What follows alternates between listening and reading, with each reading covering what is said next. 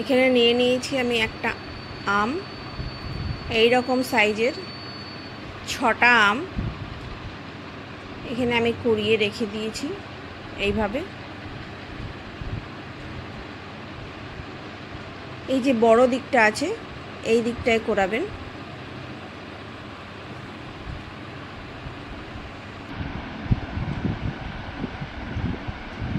এইভাবে আমি একই মাপের 6টা আম কুড়িয়ে রেখেছি।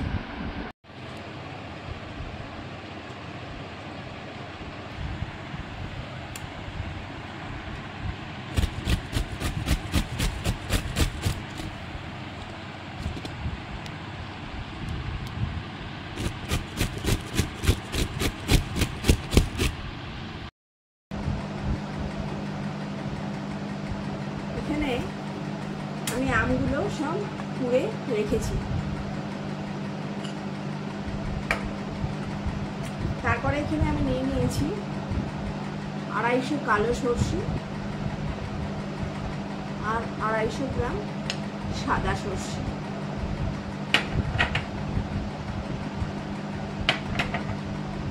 আর নিয়ে নিয়েছি নুন,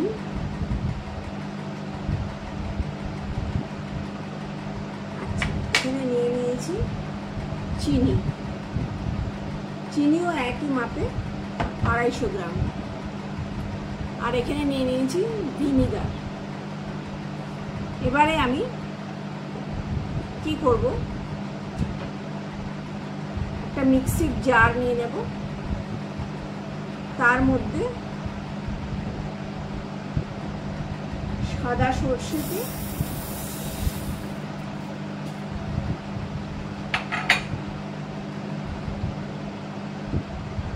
আর কালো সরষে একসঙ্গে ঢেলে দেব।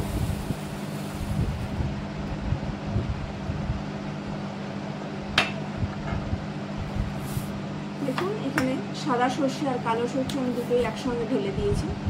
এবার এটাকে মিক্স করে নেব। এই যে দুটো সরষেই আমি এরকমভাবে দেখুন পিষে নিয়ে এসেছি মিক্সিতে। সবার বাড়িতে এখন মিক্সি আছে, যে কেউ এটাকে এইভাবে পিষে নেবেন।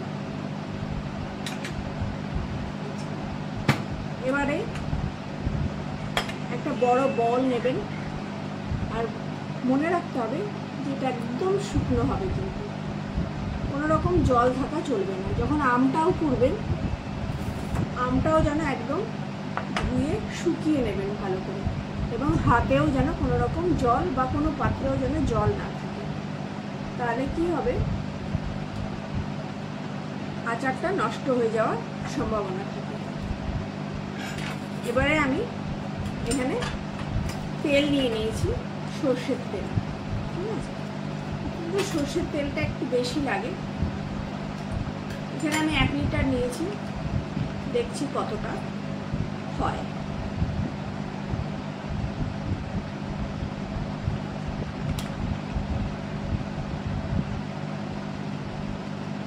আড়াইশো গ্রাম মতো রেখে দিলাম, যদি লাগে পরে দেব। আচ্ছা, এবার এই তেলের মধ্যে আমি সর্ষেটাকে মিক্স করে নেব।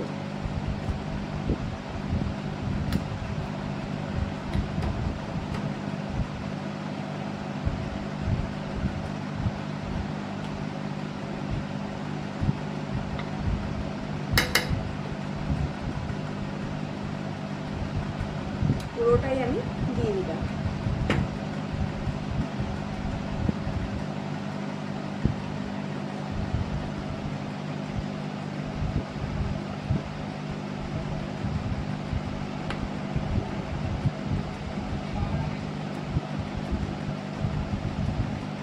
এইভাবে এটা পুরো ভালো করে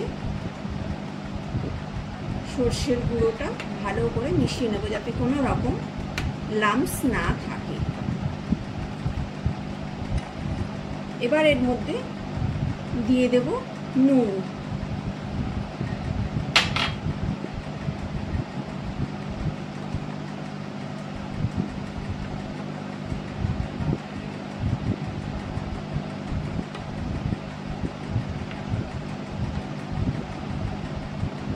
মিশে যাওয়ার পরে আমি এর মধ্যে যে চিনিটা আছে চিনিটা পুরোটাই দিয়ে দেব। যখন ওগুলো মেশাবেন সর্ষে এবং সর্ষের তেল মেশার পরে কিন্তু একটা খুব সুন্দর একটা ঝাঁঝ বেরোবে।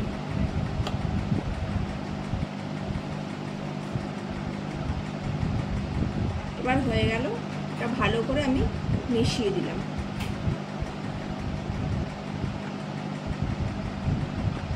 এইভাবে ভালো করে ঘুরিয়ে ঘুরিয়ে মিশিয়ে নেবেন।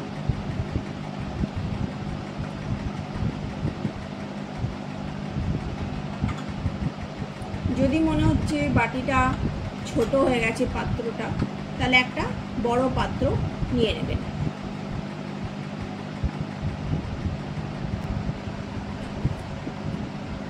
আচ্ছা, এবার এটাকে ভালো করে মিশিয়ে নিয়েছি।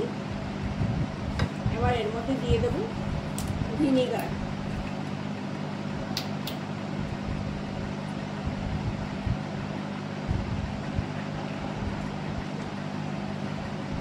ভিনেগার দিয়ে ভালো করে এটাকে মিশিয়ে নেব।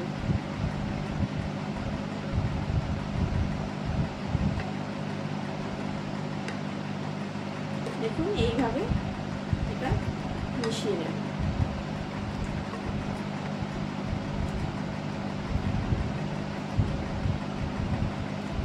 এটা মেশাবার পরে একটু টেস্ট করে নেবেন যে নুন টক ঠিক আছে কিনা। এবারে এর মধ্যে এখানে আমি দিলাম এতটা। যদি আবার লাগে মনে হয় প্রয়োজন, তাহলে আবার ভিনেগার অ্যাড করব। এবার এর মধ্যে অল্প অল্প করে কুড়িয়ে রাখা আমগুলোকে মিশিয়ে দেব।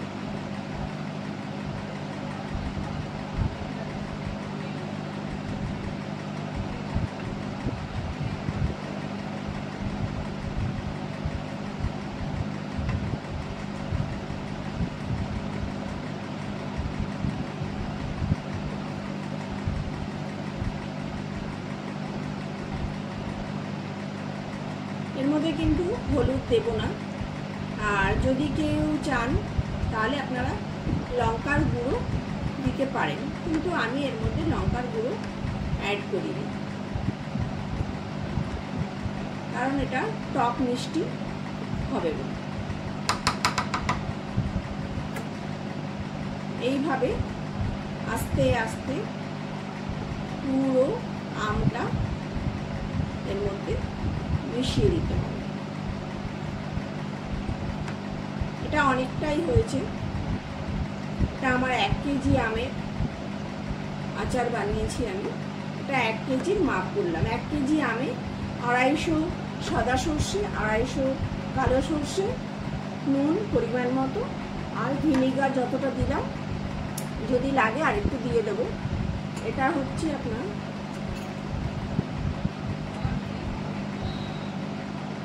400 গ্রামের ওপরে আছে। এইভাবে ভালো করে পুরোটা মিশিয়ে 1 সপ্তাহ মতো এটাকে রেখে দেবেন। ঘরেই খোলা রেখে দেবেন, চাপা ঢাকা দেবেন না। যদি পারেন একটু রোদ্দুরেও দিতে পারেন, তাহলে এটা কি হয়ে যাবে, ভালোভাবে বসে যাবে। তারপরে এটা আপনারা রুটি, ভাত, লুচি, পরোটা সব কিছুর সাথে এটা খেতে পারবেন, খুবই ভালো লাগে। আর এটা বছর খানে থেকে যায়। এইভাবে যদি আপনারা বানান 1 বছর খুব ভালোভাবে থাকবে, আচার একটু নষ্ট হবে না। এখানে আমের আচার পুরো রেডি হয়ে গেছে। আমার এই 1 বাটি দেখুন পুরো ভরে গেছে। আবার এই বাটিটাও অর্ধেকটা হয়েছে, অনেকটা বেশি হয়ে গেছিল বলে আমি আলাদা একটু বাটিতে ঢেলে নিয়েছি। এবার এটাকে পরিষ্কার এই কাঁচের যে বয়াম আছে, এই বয়ামের মধ্যে ঢেলে নেব।